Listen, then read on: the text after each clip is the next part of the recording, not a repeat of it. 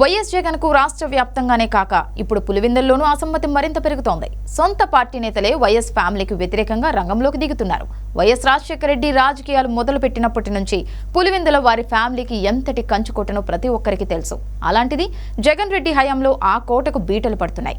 పులివెందుల మున్సిపాలిటీలో సొంత పార్టీ కౌన్సిలర్లు జగన్ పైన అసమ్మతి వ్యక్తం చేయడం హాట్ టాపిక్ అయింది.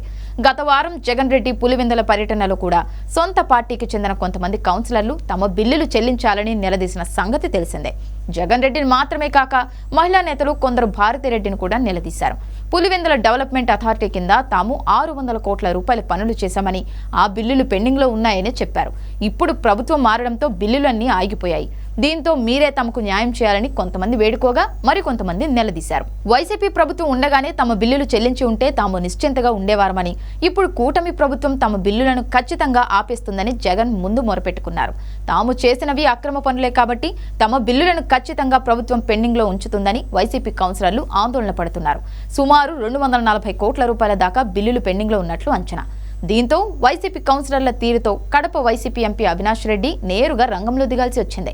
అవినాష్ రెడ్డి పులివెందుల కౌన్సిలర్లతో చర్చలు జరిపారని తెలిసిందే. ఆంధ్రప్రదేశ్ ప్రభుత్వం మారినా ఎలాంటి ఇబ్బంది లేదని, పెండింగ్ లో ఉన్న బిల్లులు పూర్తి వచ్చేలా చేయడం తమ బాధ్యత అని ఆయన హామీ ఇచ్చినట్లు సమాచారం. కక్ష సాధింపుతో చంద్రబాబు ప్రభుత్వం బిల్లులు విడుదల చేయకపోతే కోర్టును వెళ్తామని నచ్చచెప్పినట్లు తెలిసిందే. అయితే మొన్న జగన్ చెప్పినా వినని కౌన్సిలర్లు ఇప్పుడు అవినాష్ రెడ్డి రంగంలోకి దిగినా దారికి వస్తారని ఎవరూ అనుకోవడం లేదు.